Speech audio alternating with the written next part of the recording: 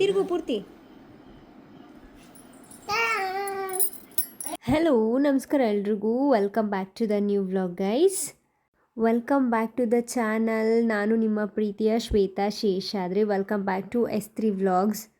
ನಾವೇನು ನಾಗರ ಚೌತಿ ದಿನ ಆಚೆ ಹೋಗಿ ಹಾಲನ್ನು ಹಾಕ್ಬಿಟ್ಟು ಬಂದಿದ್ವಿ ಪೂಜೆ ಮಾಡಿಕೊಂಡು. ಅದರ ನೆಕ್ಸ್ಟ್ ಡೇ ಕ್ಲಿಪ್ಪಿಂಗ್ಸ್ ಇದು.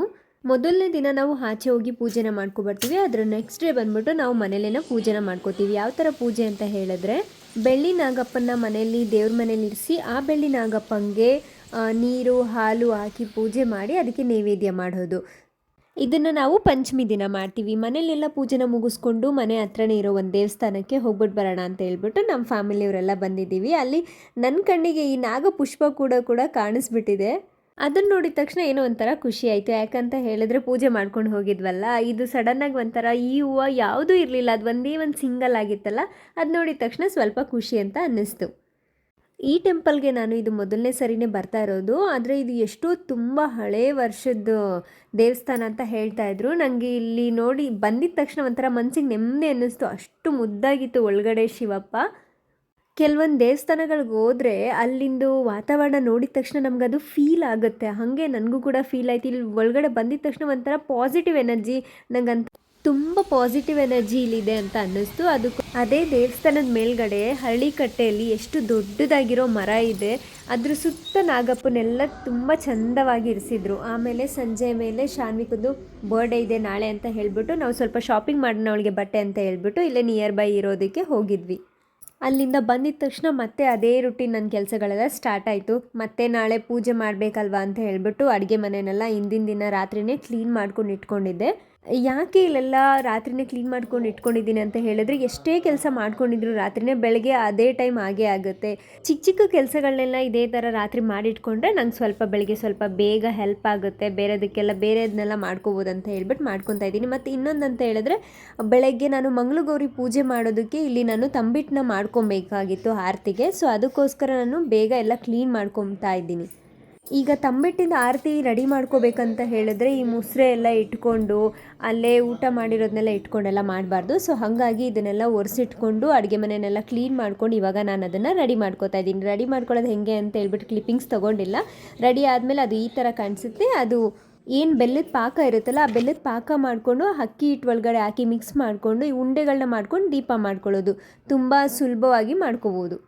ಇವಾಗ ರಾತ್ರಿ ಸ್ವಲ್ಪ ಎಲ್ಲ ಕೆಲಸಗಳನ್ನ ಮಾಡಿಟ್ಕೊಂಡಿರೋದಕ್ಕೆ ಬೆಳಗ್ಗೆ ನನಗೆ ಸ್ವಲ್ಪ ಹೆಲ್ಪ್ ಆಯಿತು. ಇವಾಗ ಬೆಳಗ್ಗೆ ಆಯಿತು. ಬೆಳಗ್ಗೆ ಎದ್ದ ತಕ್ಷಣ ಏನೆಲ್ಲ ಕೆಲಸಗಳೆಲ್ಲ ಆಗಬೇಕಾಗಿತ್ತು ಅದನ್ನೆಲ್ಲ ಮುಗಿಸಿ ಮಂಗಳ ಸ್ನಾನ ಮಾಡಬೇಕು. ಮಂಗಳ ಸ್ನಾನ ಅಂತ ಏನಂತ ಅಂದರೆ, ತಲೆಗೆ ಸ್ವಲ್ಪ ಎಣ್ಣೆನ ಹಾಕ್ಕೊಂಡು ತಲೆ ಸ್ನಾನ ಮಾಡಿ ಪೂಜೆನ ಸ್ಟಾರ್ಟ್ ಮಾಡ್ಕೋಬೇಕಾಗಿರುತ್ತೆ.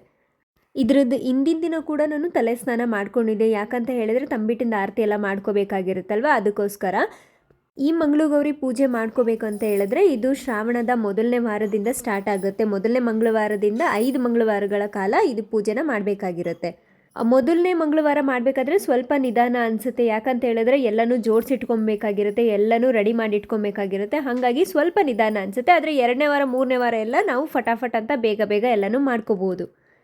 ನಾನೀಗ ಮೊದಲನೇದಾಗಿ ಮಣೆ ಹಾಕ್ಕೊಂಡಿದ್ದೀನಿ. ಮಣೆ ಹಾಕೋದಕ್ಕೂ ಮುಂಚೆ ರಂಗೋಲಿ ಹಾಕಿ ಮಣೆ ಮೇಲೆ ಅರಿಶಿನ ಕುಂಕುಮ ಏರಿಸಿ ಮಣೆ ಇಟ್ಟು ಅದ್ರ ಮೇಲೊಂದು ಬಟ್ಟೆನ ಹಾಕಿ ದೇವ್ರ ಫೋಟೋ ಇಟ್ಟು ಮೊದಲು ಅದು ದೇವ್ರ ಫೋಟೋದ ಅಕ್ಕಪಕ್ಕದಲ್ಲಿ ದೀಪಗಳನ್ನ ಹಚ್ಚಿಟ್ಕೊಬೇಕು.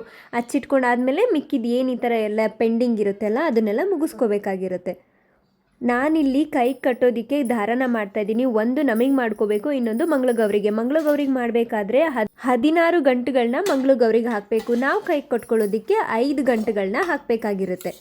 ಇವಾಗ ನಾನಿಲ್ಲಿ ಏನು ಆರತಿಗೆ ರೆಡಿ ಮಾಡ್ಕೊಂಡಿದ್ದೆ ಅಲ್ವಾ, ಆ ತಂಬಿಟ್ಟಿಗೆಲ್ಲ ನಾನು ತುಪ್ಪದ ಬತ್ತಿಗಳನ್ನೆಲ್ಲ ಇವಾಗ ಹಾಕಿಟ್ಕೊತಾ ಇದ್ದೀನಿ. ರಾತ್ರಿನೇ ಹಾಕಿಟ್ಕೊಂಡ್ರೆ ಅದು ಅಕ್ಕಿ ಹಿಟ್ಟೆಲ್ಲ ತುಪ್ಪನ ಎಳ್ಕೊಂಬಿಟ್ಟಿರುತ್ತೆ ಅಂತ ಹೇಳಿ ಬೆಳಗ್ಗೆ ಎದ್ದು ಹಾಕೋತಾ ಇದ್ದೀನಿ.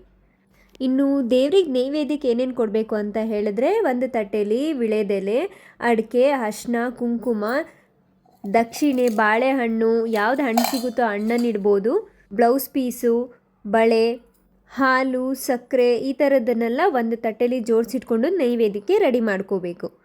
ಇಲ್ಲಿ ತುಪ್ಪದ ಬತ್ತಿಗಳನ್ನೆಲ್ಲ ಹಾಕಿ ಆದಮೇಲೆ ಕೊನೆಯದಾಗಿ ಪೂಜೆ ಎಲ್ಲ ಆದಮೇಲೆ ದೇವರಿಗೆ ಆರತಿ ಮಾಡಬೇಕಲ್ಲ, ಆ ಆರತಿ ತಟ್ಟೆ ಕೂಡ ನಾನಿವಾಗ ರೆಡಿ ಮಾಡಿ ಇಟ್ಕೊತಾ ಇದ್ದೀನಿ. ಈ ಥರದನ್ನೆಲ್ಲ ಮುಂಚೆನೇ ರೆಡಿ ಮಾಡಿ ಇಟ್ಕೊಬಿಟ್ರೆ ಕತೆ ಹೇಳಿ ಮುಗಿಸಿದ ತಕ್ಷಣ ಎಲ್ಲನೂ ನಾವು ಬೇಗ ತೊಗೊಂಡು ಎಲ್ಲನೂ ಮಾಡ್ಕೋಬೋದಾಗಿರುತ್ತೆ. ಈ ಮಂಗಳಗೌರಿ ವ್ರತ ಅಥವಾ ಮಂಗಳಗೌರಿ ಪೂಜೆ ಮಾಡೋರ್ಗೆಲ್ಲರಿಗೂ ಗೊತ್ತೇ ಇರುತ್ತೆ. ಈ ಥರ ಬ್ಲೌಸ್ ಪೀಸ್ಗಳನ್ನ ತ್ರಿಕೋನ ಆಕಾರದಲ್ಲಿ ಮಡಚಿಟ್ಕೊಂಡು ದೇವ್ರಿಗೆ ಅಕ್ಕಪಕ್ಕದಲ್ಲಿ ಇಟ್ಕೊಂಡಿರ್ತಾರೆ. ಇವಾಗ ನಾನು ಕೂಡ ಅದನ್ನು ಮಡಚಿಟ್ಕೊಂಡು ದೇವ್ರ ಫೋಟೋಗೆ ಆ ಕಡೆ ಈ ಕಡೆ ಇಟ್ಕೊತಾ ಇದ್ದೀನಿ. ಈ ಪೂಜೆಗೆ ಮೇಯ್ನಾಗಿ ಬೇಕಾಗಿರೋದೇ ಈ ಕನ್ನಡಿನ ಇಟ್ಟು ಪೂಜೆನ ನಾವು ಸ್ಟಾರ್ಟ್ ಮಾಡ್ಕೋಬೇಕಾಗಿರುತ್ತೆ. ನಾನಿವಾಗ ಈ ಥರ ಸಿದ್ಧತೆಗಳನ್ನೆಲ್ಲ ಮಾಡ್ಕೊಂಡಿದ್ದೀನಿ.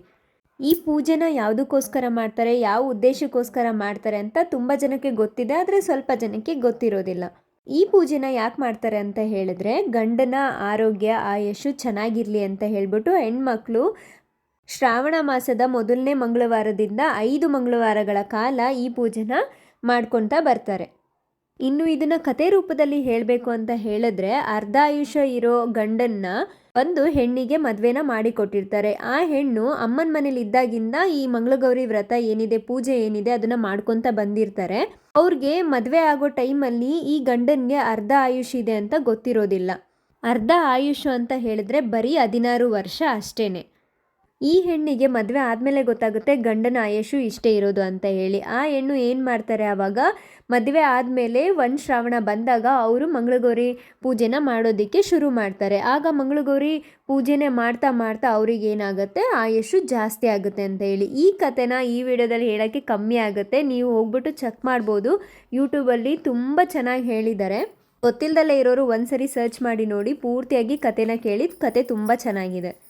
ಈ ಹೊಸದಾಗಿ ಮದುವೆ ಆಗಿರ್ತಾರಲ್ಲ, ಆ ಮದುವೆ ಆಗಿರೋ ಹೆಣ್ಮಕ್ಳಿಗೆ ಮೊದಲನೇ ವರ್ಷ ಮಂಗಳಗೌರಿನ ಅವ್ರ ಅಮ್ಮನ ಮನೆಯಲ್ಲೇ ಮಾಡಿಸ್ತಾರೆ. ಅವರು ಆಷಾಢಕ್ಕೆ ಅಂತ ಹೇಳ್ಬಿಟ್ಟು ಅಮ್ಮನ ಮನೆಗೆ ಹೋಗಿರ್ತಾರೆ. ಶ್ರಾವಣ ಟೈಮಲ್ಲಿ ಈ ಗಂಡನ ಮನೆಗೆ ಬರ್ತಾರಲ್ಲ, ಮೊದಲನೇ ಶ್ರಾವಣ 2ನೇ ಶ್ರಾವಣ ಬಂದು ಅಮ್ಮನ ಮನೇಲಿ ಪೂಜೆನ ಮಾಡ್ಕೊತಾರೆ. ಇನ್ನು 2 ಮಂಗಳಗೌರಿನ ಬಂದು ಗಂಡನ ಮನೇಲೆ ಮಾಡ್ತಾರೆ. ಇದು ನೋಡಿ ಬೆಳ್ಳಿದು, ಇದನ್ನು ಮಂಗಳಗೌರಿ ಅಂತ ಹೇಳ್ಬಿಟ್ಟು ಕರೀತಾರೆ.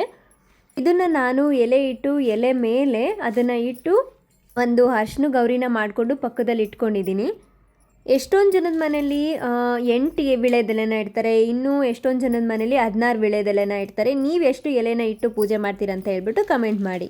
ನಾನಿವಾಗ ಪೂಜೆಗೆ ಏನೇನು ಬೇಕೋ ಅದನ್ನೆಲ್ಲನೂ ನಾನಿವಾಗ ರೆಡಿ ಮಾಡಿ ಇಟ್ಕೋತಾ ಇದ್ದೀನಿ. ಒಬ್ಬೊಬ್ಬರು ಮನೇಲಿ ಒಂದೊಂದು ಸಂಪ್ರದಾಯದ ಪ್ರಕಾರ ಪೂಜೆಗಳನ್ನ ಸ್ಟಾರ್ಟ್ ಮಾಡಿಸಿರ್ತಾರೆ. ನನಗೆ ಯಾವ ಥರ ಪೂಜೆನ ಹೇಳ್ಕೊಟ್ಟಿದ್ದಾರೋ ಅದೇ ಥರ ಪೂಜೆನ ಇಲ್ಲಿ ನಾನು ಮಾಡ್ತಾಯಿದ್ದೀನಿ.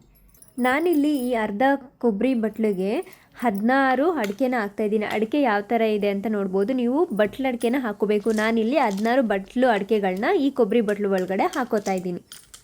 ಈ ಬಟ್ಲು ಅಡಿಕೆ ಜೊತೆಯಲ್ಲಿ ನಾನು ಅರ್ಶಿನ ಕೊಂಬುಗಳನ್ನೂ ಕೂಡ ಅದರೊಳಗಡೆ ಇಟ್ಕೊತಾ ಇದ್ದೀನಿ.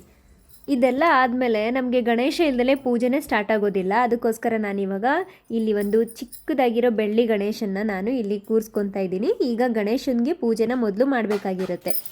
ಗಣೇಶನ ಪೂಜೆ ಮಾಡಬೇಕಾದ್ರೆ ಗಣೇಶನಿಗೆ ಕೆಂಪು ಹೂವು ಅಂದರೆ ತುಂಬ ಇಷ್ಟ. ಅದಕ್ಕೆ ನಾನಿಲ್ಲಿ ದಾಸವಾಳ ಹೂವು ಇತ್ತು, ಅದನ್ನೇ ಹಾಕಿದ್ದೀನಿ. ಗೆಜ್ಜೆ ವಸ್ತ್ರಗಳನ್ನೆಲ್ಲ ಏರಿಸ್ಕೊಂಡಿದ್ದೀನಿ. ತುಳಸಿ ಗಿಡ ಮನೆಯಿಂದ ಆಚೆ ಇದೆಯಲ್ಲ, ತೊಗೊಂಬರೋದಕ್ಕೆ ಆಗೋದಿಲ್ಲ ಒಳಗಡೆ ಅಂತ ಹೇಳಿ ಒಂದು ಚಿಕ್ಕದು ತುಳಸಿ ಗಿಡ ಥರ ಇರೋದನ್ನು ಇಟ್ಟಿದ್ದೀನಿ. ಗಣಪತಿಗೆ ಏನು ಶ್ರೇಷ್ಠವಾಗಿದ್ದು 21 ಗರ್ಕೆನ ನಾನು ಗಣಪತಿಗೆ ಇಡ್ತಾ ಇದ್ದೀನಿ. ಗಣಪತಿಗೆ ಗರ್ಕೆ ಅಂದರೆ ತುಂಬ ಇಷ್ಟ ಅಲ್ವಾ, ಹಾಗಾಗಿ ಇಲ್ಲಿ ಗಣಪತಿಗೆ ಗರ್ಕೆನ ಇಡ್ತಿದ್ದೀನಿ. ಸಿಗ್ದಲೇ ಇರೋರು ಗರ್ಕೆನೇ ಇಡಬೇಕು ಅಂತ ಏನಿಲ್ಲ, ಕೆಂಪು ಹೂಗಳಿಂದ ನೀವು ಪೂಜೆನ ಮಾಡ್ಕೋಬೋದು. ನಾನಿಲ್ಲಿ ಇವಾಗ ಗಣಪತಿದು ಅಷ್ಟೊತ್ತರ ಹೇಳಿದ್ಮೇಲೆ ದೀಪ ಹಚ್ಬೇಕಲ್ಲ, ಅದಕ್ಕೋಸ್ಕರ ಇವಾಗ ದೀಪಗಳಿಗೆ ಎಣ್ಣೆನ ಹಾಕ್ಕೊಂಡು ಇಲ್ಲಿ ರೆಡಿ ಮಾಡ್ಕೊತಾ ಇದ್ದೀನಿ. ಇವಾಗ ನಾನು ಗಣಪತಿದು ಮೊದಲನೇದು ಅಷ್ಟೋತ್ತರಗಳನ್ನ ಹೇಳ್ಕೊಂಡು ಗಣಪತಿ ಪೂಜೆ ಆದಮೇಲೆ ಗೌರಿ ಅಷ್ಟೋತ್ತರಗಳನ್ನ ಹೇಳ್ಕೊತೀನಿ. ಗೌರಿ ಅಷ್ಟೋತ್ತರ ಆದಮೇಲೆ ನಾನು ಕಥೆನ ಓದೋಕ್ಕೆ ಸ್ಟಾರ್ಟ್ ಮಾಡ್ಕೊತೀನಿ. ಇದೆಲ್ಲ ಏನಿದೆ ಇವಾಗ ದೇವ್ರಿಗೆ ಹೇರಿಸ್ತಾ ಇದ್ದೀನಿ, ಗರ್ಕೆ ಈ ಎಲೆಗಳು ಎಲ್ಲ ಇದೆ. ಇದನ್ನೆಲ್ಲ ನಾನು ನಮ್ಮ ಗಿಡದಲ್ಲೇ ತೊಗೊಂಡು ಬಂದಿರೋದು. ನನ್ನ ವಿಡಿಯೋ ಯಾರೆಲ್ಲ ನೋಡ್ತಾ ಇದ್ದೀರಾ ಅವರು ನೀವು ಕಮೆಂಟ್ ಮಾಡಿ ತಿಳಿಸ್ಬೋದು. ಯಾರೆಲ್ಲ ಮಂಗಳಗೌರಿ ಪೂಜೆನ ಇದೇ ಥರ ಮಾಡ್ತೀರಾ ಅಥವಾ ಬೇರೆ ಥರ ಮಾಡ್ತೀರಾ ಅಂತ ಹೇಳ್ಬಿಟ್ಟು ನನಗೂ ಕೂಡ ತಿಳಿಸಿ. ನನ್ನ ಮಗಳು ಎದ್ದೇಳೋ ಅಷ್ಟರಲ್ಲಿ ಪೂಜೆನ ಮಾಡಿ ಮುಗಿಸ್ಕೊಬಿಡೋಣ ಅಂತ ಹೇಳ್ಬಿಟ್ಟು ನಾನಿಲ್ಲಿ ಬೇಗ ಪೂಜೆನ ಮಾಡ್ಕೋತಾ ಇರೋದು. ಈ ಬುಕ್ ವಿನಾಯಕಾಯ ನಮಃ, ಓಂ ವಿಘ್ನರಾಜಾಯ ನಮಃ, ಓಂ ಗೌರಿ ಪುತ್ರಾಯ ನಮಃ, ಓಂ ಗಣೇಶ್ವರಾಯ ನಮಃ, ಓಂ ಸ್ಕಂದ ಅಗ್ರಜಾಯ ನಮಃ, ಅವ್ಯಾಯ ನಮಃ, ಭೂತಾಯ ನಮಃ. ಅಷ್ಟೋತ್ತರ ಶತಮಾವಳಿ ಸಂಪೂರ್ಣ. ಗಣಪತಿ ಅಷ್ಟೋತ್ತರ ಆದಮೇಲೆ ಧೂಪ ದೀಪಗಳಿಂದ ಪೂಜೆನ ಮಾಡಬೇಕು. ಹಾಗಾಗಿ ನಾನಿಲ್ಲಿ ಗಣಪತಿ ಅಷ್ಟೋತ್ತರ ಹೇಳಿದ್ಮೇಲೆ ದೀಪನ ಹಚ್ಬಿಟ್ಟು ನಾನಿಲ್ಲಿ ಗಂಧದ ಕಡ್ಡಿಯಿಂದ ನಾನು ಗಣಪತಿಗೆ ಪೂಜೆನ ಮಾಡ್ಕೊತಾ ಇದ್ದೀನಿ. ಗಣಪತಿ ಅಷ್ಟೋತ್ತರ ಪೂಜೆನ ಮಾಡ್ಕೊಂಡಾದ್ಮೇಲೆ ಇವಾಗ ನಾವು ಅರ್ಶಿನದ ಗೌರಿ ಅರ್ಶಿನದ ಗೌರಿ ಏನಿದೆ ಮತ್ತು ನಾವು ಬೆಳ್ಳಿದು ಏನು ಇಟ್ಟಿದ್ದೀವಲ್ವ ಅಲ್ಲಿ ಎಲೆ ಮೇಲೆ ಅದಕ್ಕೆ ಇವಾಗ ನಾವು ಮಂಗಳ ಗೌರಿ ಅಷ್ಟೋತ್ತರನ ಹೇಳ್ಕೊತ ನಾವಲ್ಲಿ ಇವಾಗ ಕುಂಕುಮದಿಂದ ಅರ್ಚನೆನ ಮಾಡಬೇಕಾಗಿರುತ್ತೆ. ಇವಾಗ ನಾನು ಕೂಡ ಇವಾಗ ಗೌರಿಗೆ ಕುಂಕುಮದಿಂದ ಅರ್ಚನೆನ ಮಾಡ್ಕೋತಾ ಇದ್ದೀನಿ. ಸ್ವರ್ಣ ಗೌರಿ ಅಂತ ಹೇಳಿದ್ರೇ ಅರಿಶಿನ ಅಂತ ಹೇಳ್ಬಿಟ್ಟು, ಅದಕ್ಕೋಸ್ಕರ ನಾನಿವತ್ತು ಅರಿಶಿನ ಕಲರ್ದು ಸೀರೆನ ಉಟ್ಕೊಂಡು ದೇವರಿಗೆ ನಾನು ಪೂಜೆನ ಮಾಡ್ತಾಯಿದ್ದೀನಿ. ಅಷ್ಟೋತ್ತರನೆಲ್ಲ ಮುಗಿಸ್ಕೊಂಡ್ಮೇಲೆ ಕೊನೆಯದಾಗಿ ಹೇಳೋದೇ ಮಂಗಳ ಗೌರಿದ ಕಥೆನ ಹೇಳಬೇಕು. ಇವಾಗ ನಂದು ಅಷ್ಟೋತ್ತರ ಮುಗ್ದಿದೆ ಗೌರಿದು. ಇವಾಗ ನಾನು ಇಲ್ಲೇನು ತಂಬಿಟ್ಟಿಂದು ಆರತಿ ಮಾಡ್ಕೊಂಡಿದ್ದೀನಲ್ವ, ರೆಡಿ ಮಾಡ್ಕೊಂಡಿದ್ದೀನಿ. ಈ ತುಪ್ಪದ ಬತ್ತಿಗಳನ್ನೆಲ್ಲ ಇವಾಗ ನಾನು ಹತ್ತಿಸ್ಕೋಬೇಕಾಗಿರುತ್ತೆ.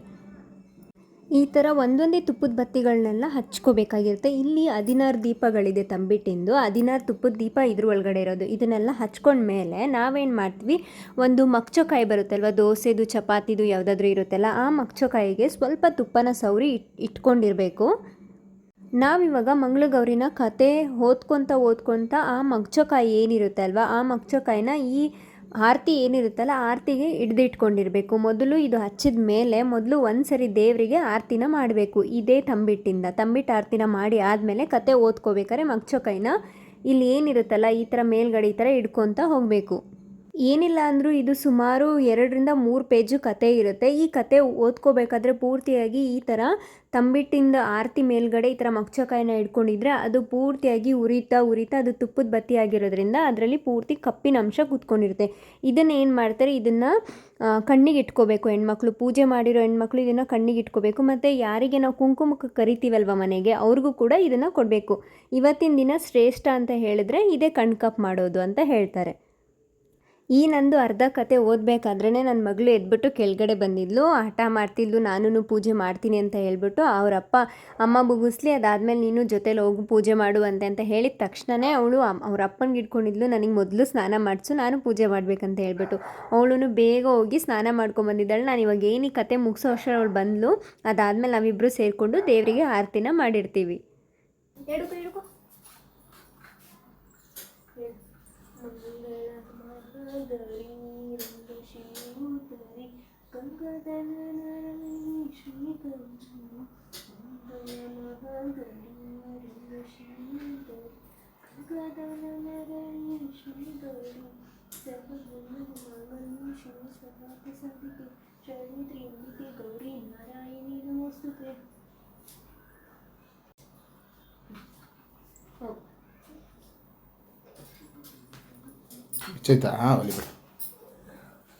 ಸೊ ಗೈಸ್, ಇವತ್ತಿಂದು ವಿಡಿಯೋನ ನಾನು ಇವತ್ತು ಇಲ್ಲಿಗೆ ಎಂಡ್ ಮಾಡ್ತಾಯಿದ್ದೀನಿ. ನನ್ನ ಪೂಜೆ ನಿಮಗೆ ಹೇಗೆ ಅನ್ನಿಸ್ತು, ನೀವು ಇದೇ ಥರ ಪೂಜೆ ಮಾಡ್ತೀರಾ ಅಥವಾ ನೀವೇನಾದ್ರು ಡಿಫ್ರೆಂಟಾಗಿ ಪೂಜೆ ಮಾಡ್ತೀರಾ ಅಂತ ಹೇಳ್ಬಿಟ್ಟು ಕಮೆಂಟ್ ಬಾಕ್ಸಲ್ಲಿ ಕಮೆಂಟ್ ಮಾಡಿ ತಿಳಿಸಿ.